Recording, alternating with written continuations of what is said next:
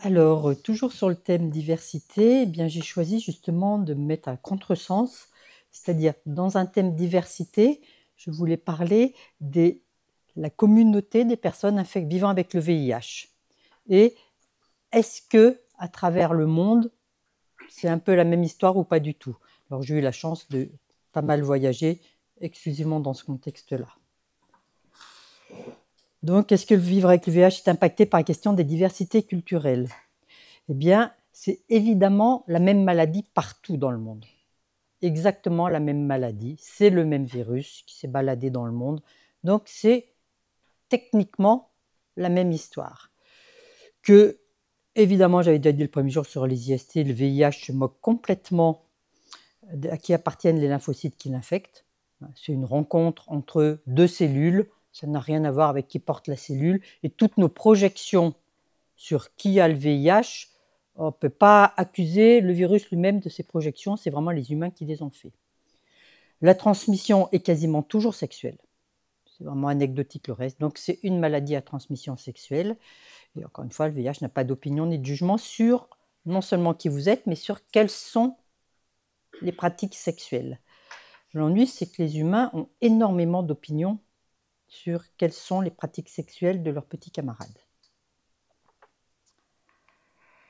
Alors, la question centrale quand on voit un patient affecté par le VIH, c'est la question de la transmission. C'est évidemment une maladie transmissible, elle n'est pas contagieuse, c'est très différent, mais elle est transmissible, il faut qu'il y ait un acte de transmission, et ça envahit les consultations. Qui me l'a transmis?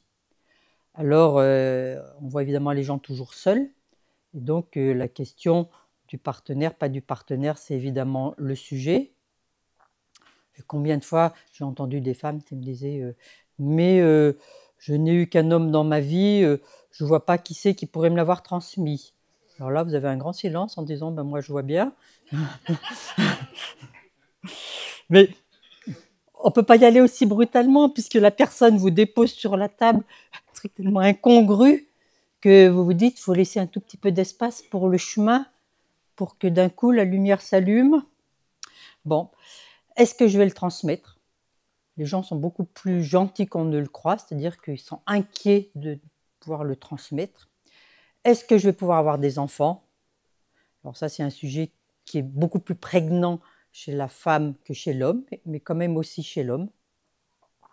Et alors, en plus de toutes ces questions, je dirais qui pour nous, soignants, sont maintenant plus faciles, parce que vous avez bien compris, Christine Plasma vous en a parlé hier, maintenant on a des traitements qui marchent bien.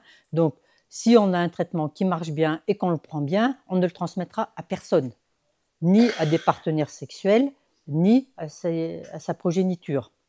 Donc, on pourrait se dire, bon, ben voilà, parce que maintenant les traitements, à part dans les zones de guerre, les traitements maintenant sont diffusés dans le monde entier. Donc, on pourrait se dire, on tient le bon bout. Mais notre certitude à nous est très compliquée à transmettre à l'autre. C'est pas grave, Christine. Donc, en plus de ces peurs, on va dire, qui au départ étaient rationnelles, la transmission sexuelle et la transmission à l'enfant, ben, il y a tout un tas de peurs qui existent et ça fait, vous voyez, là, je suis en train de partir à la retraite, je dis au revoir à mes derniers patients, les plus vieux que j'ai, ça fait 37 ans que je les suis. Alors, il y en a que je connaissais avant, mais qui, hélas, sont morts entre-temps. Donc, eh bien, ça n'a pas changé. Vous êtes obligé d'expliquer qu'il n'y a pas besoin de mettre de l'eau de Javel dans les toilettes. Vous êtes encore obligé d'expliquer qu'on peut boire dans le même verre, et blabla, et blabla, et blabla, que la lessive, il ne faut pas la mettre à part. Vous vous dites, c'est pas possible, quoi. C'est passé 40 ans. On en est toujours là. Mais ça fait du bien à tout le monde de le dire. Et de mes voyages dans différents continents, j'ai l'impression que les personnes séropositives vivent toujours au début de son annonce le même chemin. Alors le poids social d'une infection VIH, il est lourd partout. Je ne crois pas du tout à l'adage « Ah, mais c'est plus grand-chose maintenant le VIH ». Ce n'est absolument pas le vécu des gens, mais les conséquences sont quand même plus désastreuses dans certains pays que dans d'autres. Et elles sont plus désastreuses pour certains ou certaines. Les toutes premières années où j'allais au Burundi, j'étais impressionnée de découvrir que dans les organisations non gouvernementales, ils accueillaient des femmes séropositives avec tous leurs enfants, parce qu'en fait, au moment de l'annonce, elles avaient été mises dehors. Donc, elles n'avaient plus d'endroit où habiter, donc elles arrivaient. Donc, il y avait une pseudo-école dans le lieu, enfin voilà. Alors, oui, c'est quand même plus rude dans certains endroits que dans d'autres.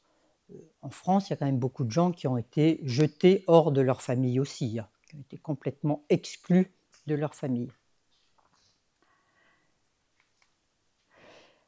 L'autre chose qui reste toujours, quand on fait une annonce, il y a la peur de la mort physique, de la déchéance. Alors on a chacun les images des gens morts du sida selon le continent où l'on vit. En Afrique subsaharienne, c'est beaucoup morts avec ce qu'on appelle la slime disease, un amaigrissement absolument majeur.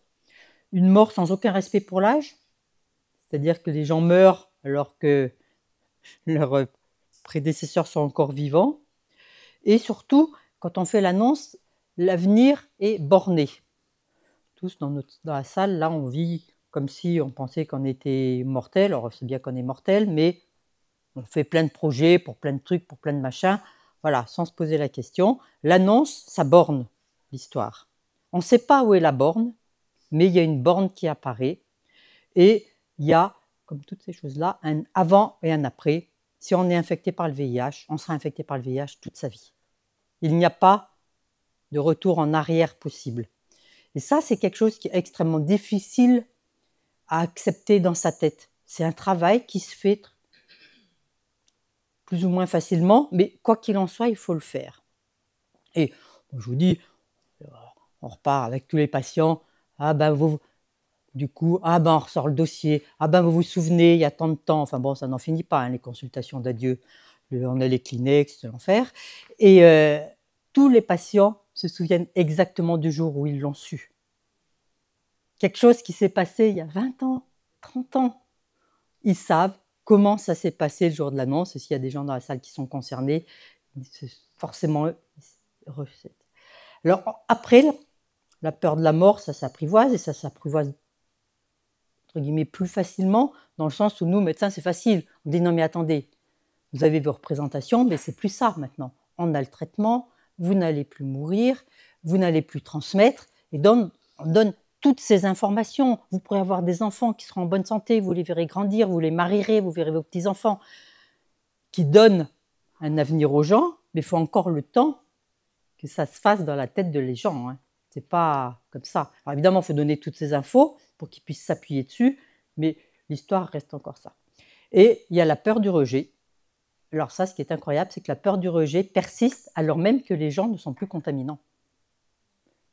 Parce que c'est autre chose qui se joue là. C'est pas juste je ne risque plus d'infecter quelqu'un, mais c'est le regard de l'autre. Pourquoi tu as ce virus? Et ça, évidemment, ça ne change pas avec le temps. Alors après, il y a un dégoût de soi-même, et très souvent, chez les femmes, il y a le sentiment d'avoir été salie.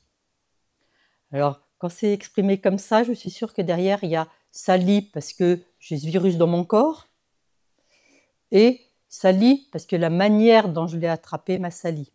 Alors après, c'est évidemment très différent si la relation sexuelle qui a amené à cette contamination était quelque chose dans une phase de grand amour et que, ma foi, c'était comme ça, ou si c'était un truc dont on n'avait strictement aucune envie et qui était parfois violent ou autre. Donc ce ne sera pas le même vécu. Mais quoi qu'il en soit, une fois qu'on l'a, et une petite anecdote, une de nos patientes qu'on connaissait depuis longtemps, et on l'envoie consultation gynéco, qui est dans le même hôpital mais un peu plus loin. Bref, une femme vraiment qu'on connaissait bien, quoi. Et elle revient catastrophée en larmes. Les infirmières la prennent en charge, l'installent, lui payent un café en lui disant « mais qu'est-ce qui t'arrive, raconte, machin ». Puis elle était bouleversée. Alors, du coup, l'infirmière se dit « mince, on lui a dit qu'elle avait un cancer », enfin, on s'inquiète médicalement. Et donc, elle essaye de la faire parler. Et pour finir, elle dit « oui, la dame, elle m'a dit que j'étais toute pourrie dedans. L'infirmière qui dit, elle n'a pas pu te dire ça. Quand même. Et donc, en fait, la gynécologue, elle fait l'examen, et à l'examen gynécologique, elle avait dit qu'elle était empâtée, parce que c'était un peu, empâtée, vous voyez, un peu démaciée. Et elle avait entendu qu'elle était du pâté, de la terrine dedans. Et elle était inconsolable, cette femme. Et vous voyez, en fait, ça ne peut arriver que si au départ, on se dit, je suis peut-être toute pourrie dedans. Parce que si on y va nous, même si on ne comprend pas le mot, on ne va pas inventer une explication pareille. Donc la peur du rejet de ses très proches, du rejet de la société, du rejet au très grand. Et donc, il faut, pour tout ça, essayer de réinvestir sa vie sociale.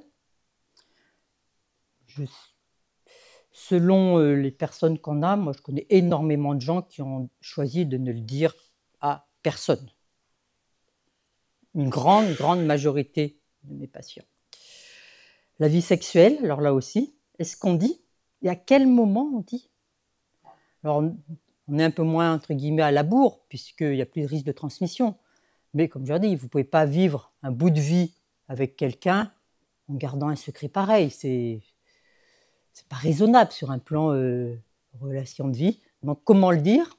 Et c'est d'autant plus compliqué si on a commencé une vie sexuelle avec quelqu'un, enfin une vie sexuelle et amoureuse avec quelqu'un, qu'on ne l'a pas dit au début.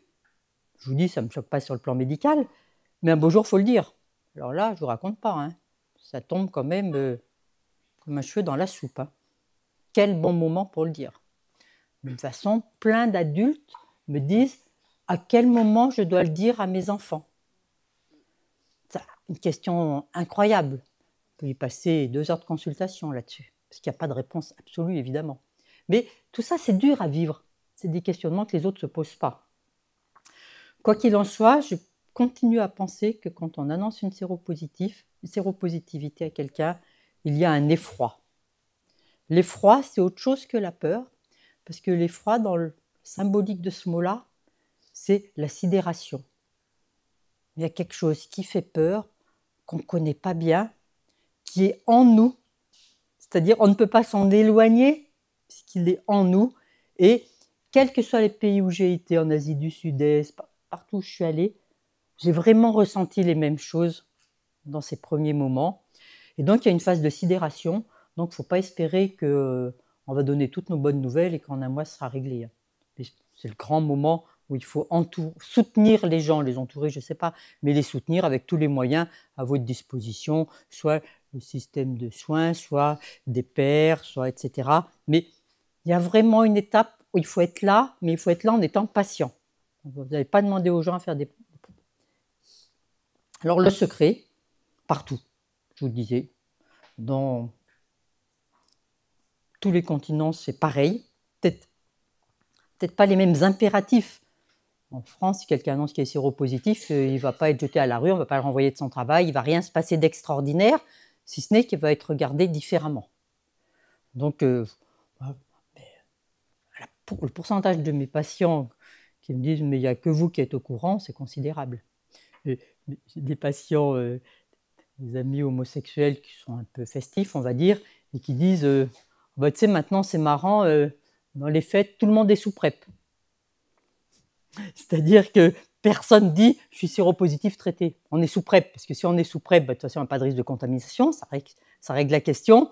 Mais même dans des milieux très avertis, on ne revendique pas forcément son infection VIH.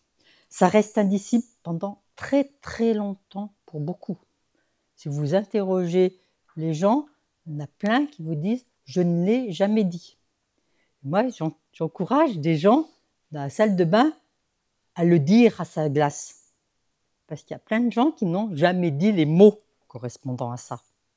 Et j'avais entendu dans un Afravi une étude qui m'avait bouleversée. C'était dans une zone, on va dire, reculée d'Afrique subsaharienne, dans un milieu assez désertique. Je ne me souviens plus de quel pays c'était. Et donc, il y avait un tout petit groupe de femmes infectées par le VIH. Et c'était le secret absolu dans le village. Absolu. Et l'idée de cette étude, c'est de faire parler les femmes de ce secret. Ce qui est quand même une faute contre l'esprit, puisque c'est un secret, je ne peux pas en parler. Et vous voyez, d'un coup, cette découverte qu'on fait, parce que ce que disait un peu Patrick, on parle avec ce qu'on est, tout ça, tu te dis, si vous m'en parlez, ça ira mieux, mais je ne peux pas en parler puisque c'est un secret. Vous voyez? Et il faut aller à la rencontre. Et là, il y avait un truc absolument magique, puisqu'elle ne pouvait pas dire un mot de ça. Il y avait des jolis galets posés, et les gens qui faisaient l'étude leur demandaient de prendre dans la main des galets pour dire combien pèse le secret. Et j'ai trouvé ça absolument remarquable comme mode de pensée. Parce que la question, c'est pas le secret, c'est le poids du secret. C'est ça qui gâche la vie. C'est le poids du secret. Un secret qui pèse pas, on s'en fout. Mais donc c'est vraiment, il y a des modes de pensée comme ça que j'avais trouvé. Alors le traitement a tout changé. Les patients qui vivent avec le VIH traversent toutes ces épreuves. Il ne faut pas les minimiser. Et il faut les soutenir pour se réinventer un futur. Je vous remercie.